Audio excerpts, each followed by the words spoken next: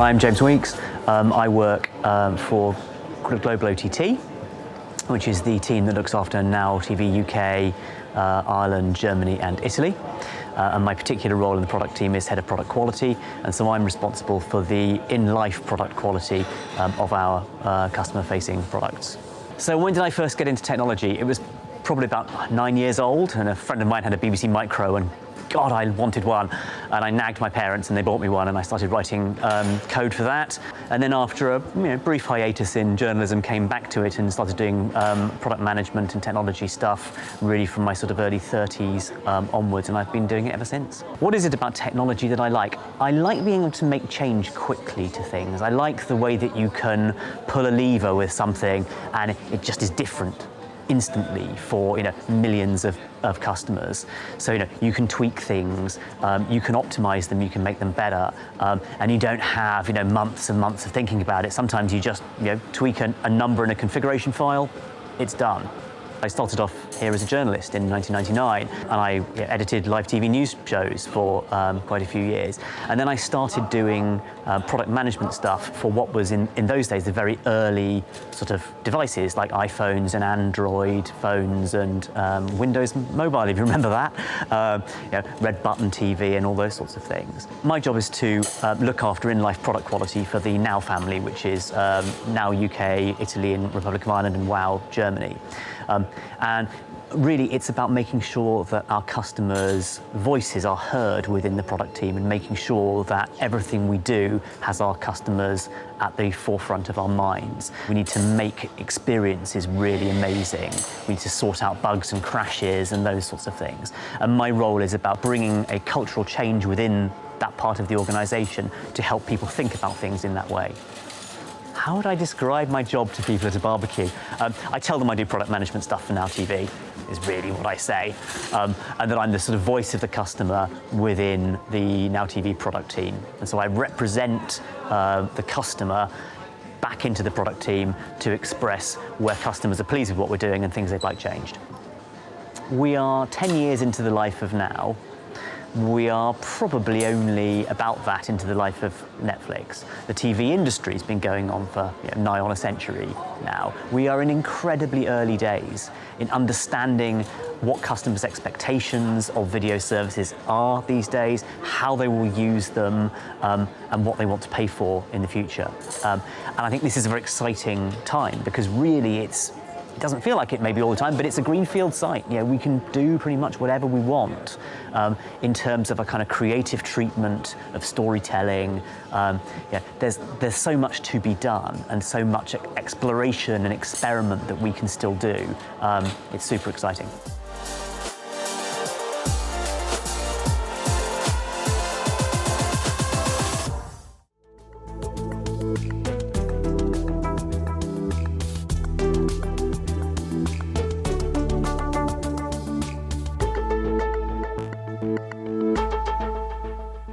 My name's Gabby Redfern and I'm Group Director for Content Services here at Sky. This will be my 9th month at Sky, and I lead a fantastic team who are responsible for ensuring all the content is available on all Sky platforms, so no pressure. This includes acquiring content from all of our different content partners, ingesting our content, QCing our content. We localize our content into Italian and German. We add access services, we publish to our platforms, and we manage our archives. It's a real privilege to lead this session, and I'll be introducing some of my colleagues and partners very soon. One of the reasons I wanted to join Sky is I wanted to work alongside some of the best technology teams in the industry. And I have to say, Sky has delivered on that for me. I have been in the industry more than 30 years, having worked at some major media companies like BBC Studios, one of my former colleagues is over there, Discovery and Turner Broadcasting. And when I think about technology when I started out, it was before mobiles, before the internet, before emails. In fact, Sky was just starting. We were still in the film and videotape world, and it's been an amazing ride, and I feel very, very fortunate to be working in this industry. The technology and operations have continually developed, and evolved. In this session, we're going to be looking at some fab tech that we are trialling that will bring efficiencies to the company and enable Sky to do new things, including managing and visualizing operational centers, creating virtual prototype TV studios, and developing and reskilling our engineering and content operations people. Before we come to those, though, I want to talk about my team. And I can't take credit for this, so a shout out goes to the team. We would like to show you how we create subtitles using ASR technology, that's automatic speech recognition. Access services is really important to Sky, and we set ourselves an objective to have 100% subtitles on all our entertainment and movie channels in the UK, that's 26 channels. And as far as we know, we're the only company doing this in-house, at scale, and we're very proud of that. The team continually look at technologies that could streamline our processes, and we felt the time was right for ASR. And I think, yes, there's the video. Great. So we're now running ASR on our pre-recorded content with an accuracy of between 89 and 95%. And that's reduced the time taken to create a file from 8 to 9 hours to 4 to 5 hours. And this process that we've been working on, it's a process that's been in place for around 20 years. So we've really, changed and improved this process. Next, you're going to see live content, and we have a hybrid solution in the development stage. And hopefully we can tell you a little bit more about that at the next Tech Summit. Okay. I'd now like to introduce our speakers. And we're joined by Riccardo Botta, who's Group Director of Content Experience and Distribution Ops for Sky Europe. Riccardo leads teams in UK, Italy and Germany. Riccardo manages the operations that allow Sky customers to get the best content experience. Activities span from rights operations to channel playout, metadata and master control, service delivery and management and platform control, to name a few. And Riccardo joined Sky in 2010 as Director of Broadcast Engineering. Welcome, Riccardo. Ciao to everyone. Massimo Bertolotti, who's Senior Director of Communications and Infrastructure at Sky Italia. Massimo joined Sky in 2010 as Head of Innovation and Engineering. He's steeped in R&D and is the author of several technical papers and patents covering video compression and data transmission. Welcome, Massimo. Steve Cotterill, who's Head of Network Field Operations within Group Comms and Infrastructure at Sky. Steve leads the team that plan, install and maintain network equipment in Sky's data centres, POP sites and in the BT exchanges. And Steve joined Sky in 2006 through the acquisition of the internet service provider EasyNet.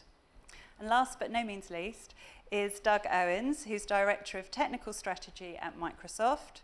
Doug manages Microsoft partnerships with Sky and Comcast, understanding what our business needs are and aligning them with potential solutions. Welcome, gentlemen. Thank you. Each of our Sky speakers has an example of how augmented reality and extended reality is either helping now or has the potential to help Sky in the future. Riccardo, so I think you've got an example of AR as a prototyping tool. Can you tell us about that? Yeah, actually I have a couple of examples. One is AR as a prototyping tool for studio set design and for creating virtual studios. And the other one where we are pretty mature and we're using it. And the other one is in its infancy. It's a pilot that we are doing of using AR and XR to train operators.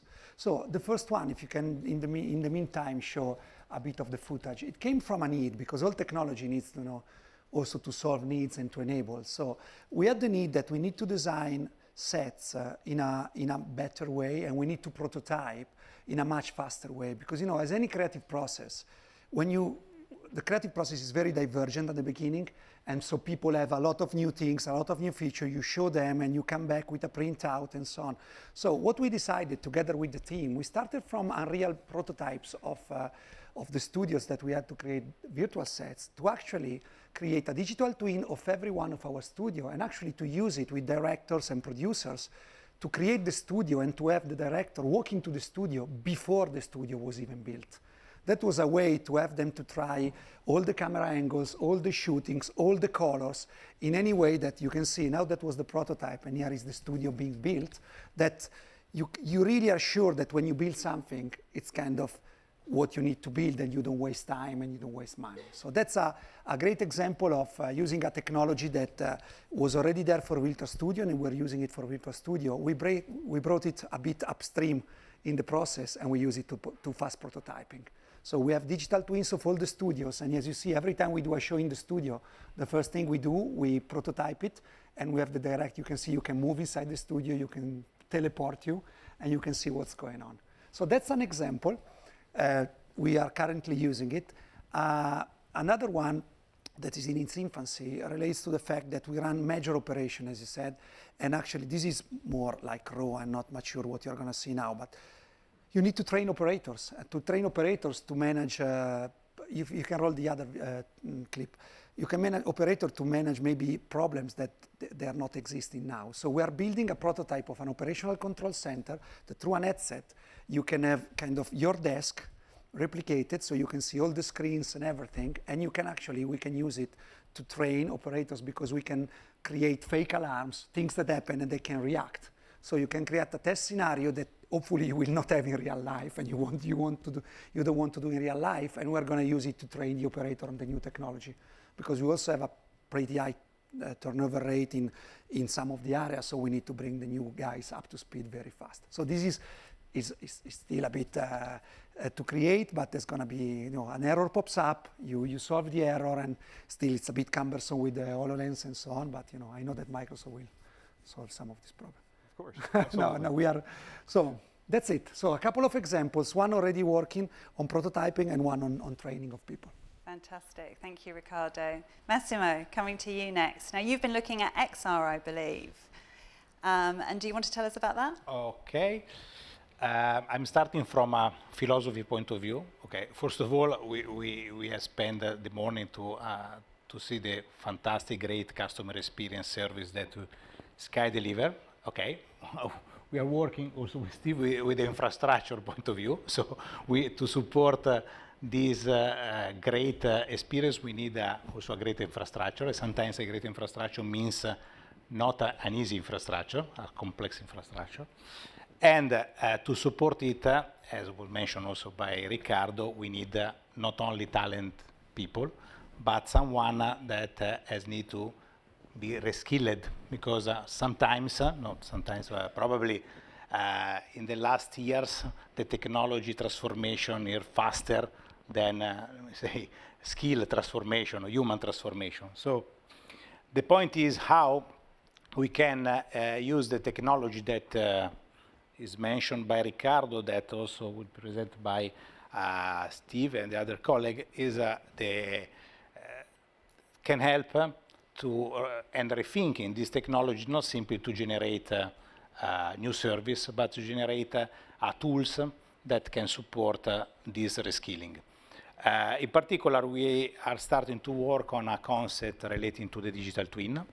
Okay, digital twin is simply the digital replication of the data center, where we have modeling all our data center. Obviously, starting from one data center, this is an example in the video, and offer different possibility. First of all, monitoring, but the point is to add on this modeling also information, data. And as was indicated by also Riccardo, some artificial intelligence to help the operator to learn new technology, where is the case, where we need to change it, or learn or test, simulate an intervention for the maintenance, reskilling the people if the technology change faster, then typically it's impossible to do. And considering that in particular in the broadband domain where the data center is completely distributed in the country, to have this asynchronous learning phase that can be made without the physical visit on the site or with the expert that travel around Italy every month, no? That is another aspect. So the point for us is to use the digital twin because digital twin, and then you see also the mixed with the also augmented reality to faster integrate new technology, faster integrate new efficiency in some case, obviously, and to be ready for any step change that we can have in our infrastructure. That is the not simple, but is our job. Fantastic. Thank you, Massimo. Okay, Steve, coming to you. You're currently evaluating wearables and AR technology in field and data center operations. Do you want to tell us about that? Sure, Gabby, and good afternoon, everyone. As a young engineer, I was once sent out on a fault on some equipment I was not familiar with. This was for a video link between two London hospitals used for training, student doctors at one end of the link and the senior lecturer at the other. I arrived at the hospital and found the training room and located the comms cabinet in the corner of the room. I set to work on trying to find the problem with this equipment. I had all the big heavy manuals out on the floor. Now imagine my horror when I turn around and I start to see students filing into the auditorium behind me and taking their seats. And it dawns on me that a lecture is just about to start that's dependent upon the video link working. My thumbing through the manuals reached a frenetic pace, and I could feel the beads of sweat dripping down my forehead as the pressure was mounting on me. Now, ultimately, I failed to fix that fault in time for their lecture. My lack of knowledge on the equipment and the timescales meant it just wasn't going to happen. I felt really bad about this. I felt embarrassed. I was a young engineer, a young buck, keen to impress my new employer and the customer, and I failed. Now, imagine a world whereby using technology, I could have been connected directly with specific information regarding that installation, and maybe a chat window back with the senior engineer back at base, and I could have saved the day. Well, for us in Sky, that time is now. With augmented reality or AR wearables, such as Microsoft HoloLens, this solution is now with us. The engineer puts on the glasses, they connect to the network via Wi-Fi or cellular, they walk up to the cabinet and they scan the QR code. All the relevant documentation to that installation is automatically pulled into the glasses, config guides, schematics, and a video chat window back with the expert. All the while, leaving the engineer's hands free to work on the equipment because the glasses are controlled by hand gestures and by voice commands. So what does this mean to me, this technology, now as a leader of a network field services group in Sky? Well, sparing the blushes and massaging the egos of a young engineer was very dear to my heart when I was young. My challenges now as a leader are somewhat wider ranging. Sky's network is growing at an exponential rate. Every network element carries more and more data and more customers, and especially so with the launch of Sky Glass, meaning it is imperative that we fix faults, network faults, quickly. Also, I have a real challenge in recruiting experienced engineers in the geographic areas around the country that I need them. With this technology, it now allows me to recruit junior or less experienced engineers with the knowledge that they can be supported by this technology with the senior engineer back at base. Also, I have many complex implementations happening at the same time, and a senior engineer can only be in one place at a time. With this technology, I can now put that senior engineer back in the central office, or he could even work from home and support multiple installations simultaneously. So where are we with this technology? Well, it's no longer science fiction. You don't have to be Tom Cruise in Minority Report to wear these wearables. We have devices already out with us in the field. We've got them out in England, up in Scotland, out in Italy, and soon to be in Germany. And we're using them in anger. And the initial feedback from our engineers is very positive. They're really seeing the benefits from them, finding them easy and intuitive to use. As well as AR technology, I'm also looking at a couple of other initiatives that will help us make improvements in the field. One of those is with a new smart field engineering scheduling system that will assign jobs to engineers on a just-in-time approach based on attributes such as skill set, availability, and the engineer's actual location at any given time. I'm also looking at a new asset management system that will provide us with a detailed and granular view of our physical asset base. And when you combine those three things together, of the AR tech, the smart scheduling, and the asset management, all provide a powerful armory for me in terms of delivering improvements in field service productivity and ultimately improvements to our customers. So in conclusion, working in operations and working on tech is really great fun, and when we can see the clear business benefits that come with it, it's fantastic. Sounds cool, thanks Steve. A factor common to most of these examples is Microsoft. So Doug, coming to you, can you tell us what you do for Microsoft? Yes, absolutely. Gabby, thank you so much for inviting me to represent Microsoft at this amazing event. I certainly appreciate it. As you mentioned, I'm the Strategic Technical Director that's dedicated to the Comcast Enterprise. I work with leaders across Sky, NBC, and Comcast to really deliver strategic technical projects and programs from a partnership perspective. And I have about 25 additional strategists, architects, as well as technical resources that are dedicated to ensuring Sky success. Fantastic. And can you share some details of some of the work that Sky and Microsoft have done together to enhance our current working environment? Absolutely. We've worked very deeply with Gabriella Vaca's GETS organization and their customers, HR, marketing, finance, and others, to really understand the business goals, the priorities, and the challenges of their businesses and how Microsoft solutions can help deliver value. A perfect example of that would be the Yammer deployment that was done at the beginning of the pandemic. The Yammer application enabled a new communications vehicle for leadership to get messaging out, as well as a two-way set of communication for employees to deliver their feedback back to leadership. The interesting part of that project was that we, from a partnership perspective, we integrated the head of Sky Digital with our Yammer GM. And we took the opportunity to have our Yammer product group work directly with the head of digital to share our vision for our product, but also understand Sky's strategic priorities and where you needed us to lean in and really deliver value. And so where that really helped is that obviously the pandemic came upon us fairly quickly. The Sky team with GETS and marketing had a three-month project plan for implementation. And based on the knowledge that the team had, they were able to deploy Yammer in just 3 weeks. So incredible delivery.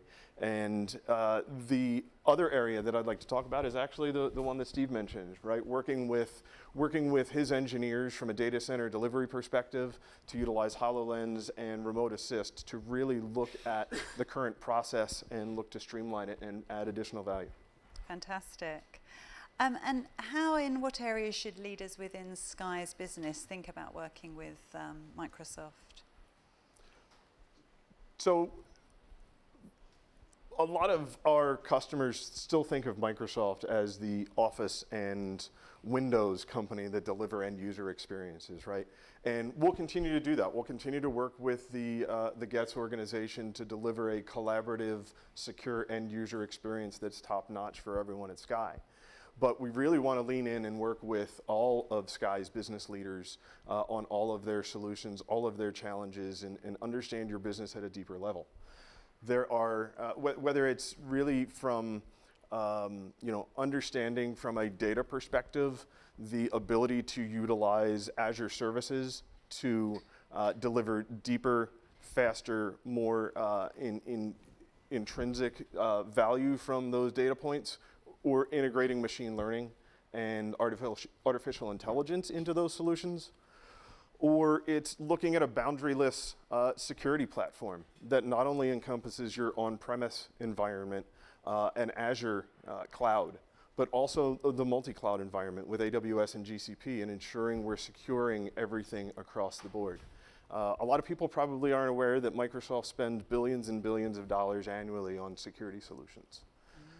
And then finally, as it relates to the development community, we have GitHub and the GitHub Cloud, and the opportunity to work with your product teams to deliver value through GitHub and allow their collaboration to occur.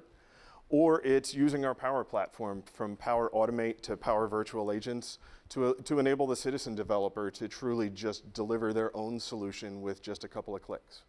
So it's a great partnership that we hope to expand. Yeah, thanks ever so much, Doug. Really appreciate that. So Steve, I think we're coming back to you with our live demo of HoloLens. Indeed.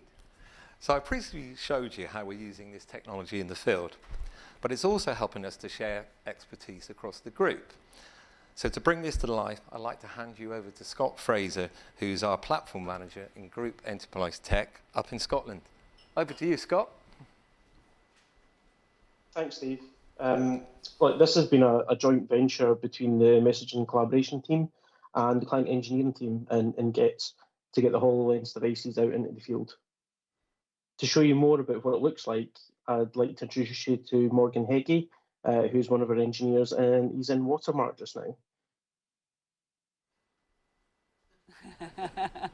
Hopefully you should see Morgan there. So here is a quick view of Morgan's view from the headset. Hi everyone, Scott, thanks for having me on. Let me just throw the call over here for now. I've got a fantastic area set up in Watermark for the Tech Summit. As you can see, a HoloLens booth over here. Do you want to give us a wave? There they are, testing out the new kit. And we've got an amazing tech desk set up, a lot of high-end computers, and you're more than welcome to come down and try it out. Some really cool stuff we can do with HoloLens, and we're excited to show you a bit more. Scott, I'll hand it back over to yourself. It's looking good, thanks Morgan. I'd like to hand over to Joel now, who should be in Milan. Joel, can you give us a view of Milan, please? Sure. Thank you, Scott. Thanks, yeah, Joel. Sure. We are here in Milan. So we are also learning here in Italy how to use this new technology. As you can see, we are here transmitting from Studio 2. So it's looking good, Joel. Thanks for that. Now, Joel's only had Milan. Hi, everyone. Joel's only had the kit for a week, but you can clearly see how easy it is to use. So I'm going to hand back over to Steve. Thank you very much, everyone, for the demo. Thanks, Scott, and thanks, guys. You've seen that this technology can be used out in the field between an engineer in the remote site and a central office and a central engineer back at base. And you've also seen how it can be used to collaborate across the group and share information and expertise.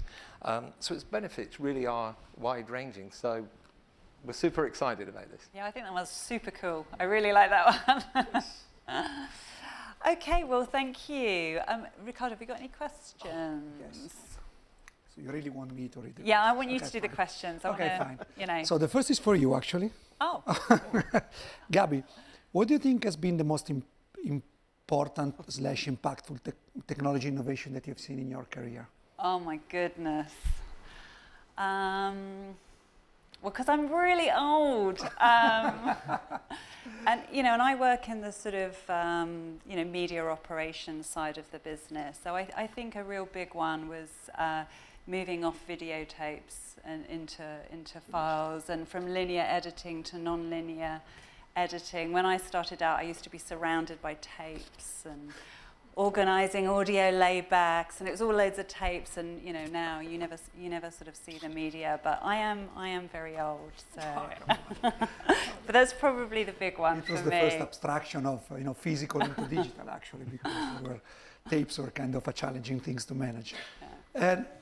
And Steve, a question about your final users. So they ask us, how is your field force? What do they think about the wearables? Did they push back? What was the adoption? Are they liking it? Are they feeling it useful? I think before they saw them, they were a bit wary of them, thinking that they were going to be replaced by tech. But since they've had them and they've got to play with them and see the benefits of them, I'm surprised they're adopting them really willingly. Yeah. Great. Then we have also a question to Doug.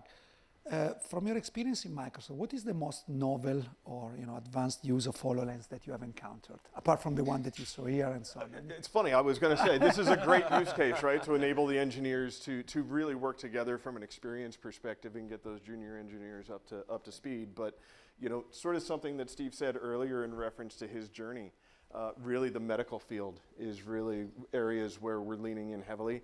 And allowing doctors to really utilize the technology to learn from one another and reduce the number of medical staff that are in an operating room at one time is something that's really, really taken off.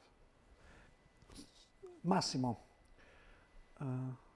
what is like to take your learnings across Sky Group now that we are sharing Center of Excellence? So are you sharing the learnings across the group, or how is it working?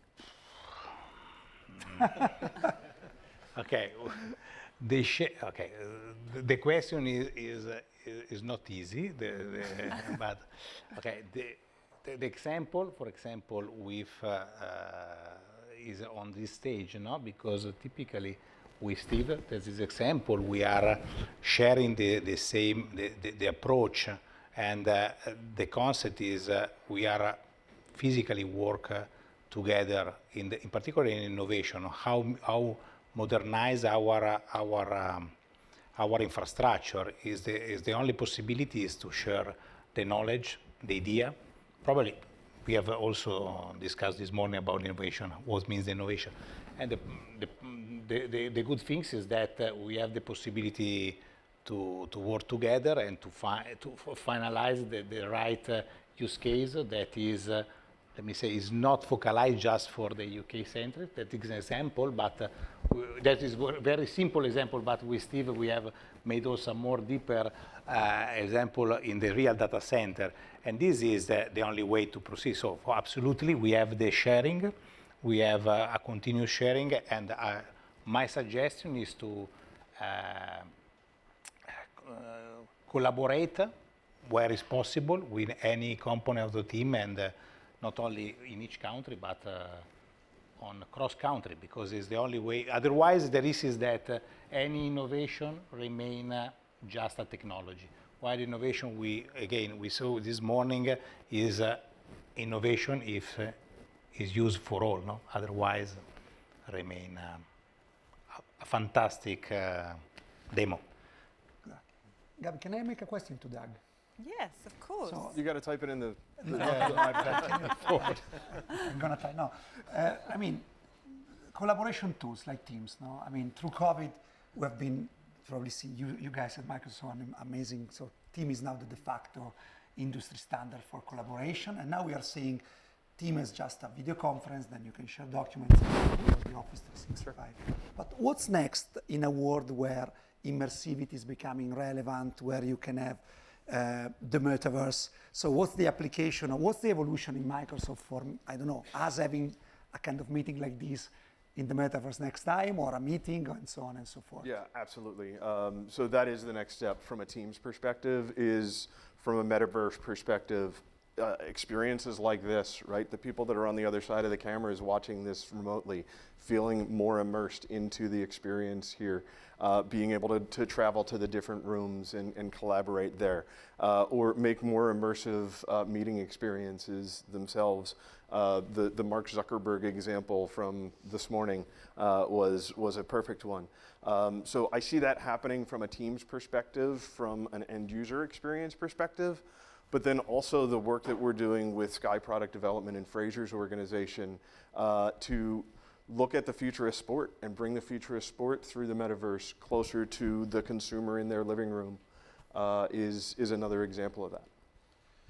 So probably, Gabby, probably we can, since you have great technologists also here now, maybe we can extend the question that we made to you also to the other guys. No? So Max, you are a great innovator and you have been dealing with technology. So what is for you the most innovative thing that you have encountered, or the moment where you see most innovation in your career so far?